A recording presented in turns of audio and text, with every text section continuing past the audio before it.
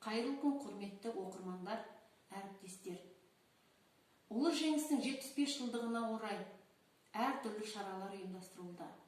Біз бүгін Қасым Қайсеновтің «Жау тылында» кітабын насихаттаймыз. Алматы өнер баспасынан 2018 жылы 384 бетпен жарық көрген. Қасым Қайсенов 1918 жылы 23 сәуірде Шығыс Қазақстан облысы Ұлан ауданында дүниеге келген. Қазақстанның халық қаһарманы, халықаралық Фадеев атындағы сыйлықтың лауреаты, көрнекті жазушы, Ұлы Отан соғысының ер жүрек батыры, әйгілі партизан, көзі тірісінде ата аңызға айналған халқымыздың қайталанбас бір дуар даңқты перзенті. Қасым Қайсеновтің «Жау тылында» кітабынан үзінді ұсынамын. Ұлы Отан соғысының сұрапыл жылдарында арнаулы тапсырмамен жау тылына ұштым.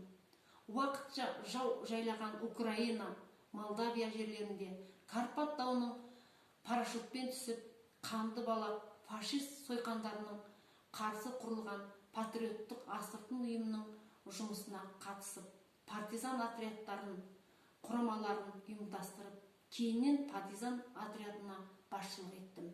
Сол бір ауыр айқас күндерінен есте қалған оқиғаларды сарғайып тозығы жеткен қойын дәптеріме сүйене отырып жаздым. Ұлы Отан соғысы бастан аяқ Украина мен Белоруссия жерінде, қалың орман ішінде партизандармен бірге қан майдан кешіп өткізген қазақ халқының қаһарман ұлы, халық қаһарманы Қасым Қайсеновтің «Жау тылында» өткен өмірі сұрапыл оқиғаларға толы. Қасым аға соғыс бітіп, кеңес халқы толық жеңіске жеткен соң елге оралғанда, қолына қаламын алып, сол оқиғаларды қаз қалпында қағазға түсірген болатын.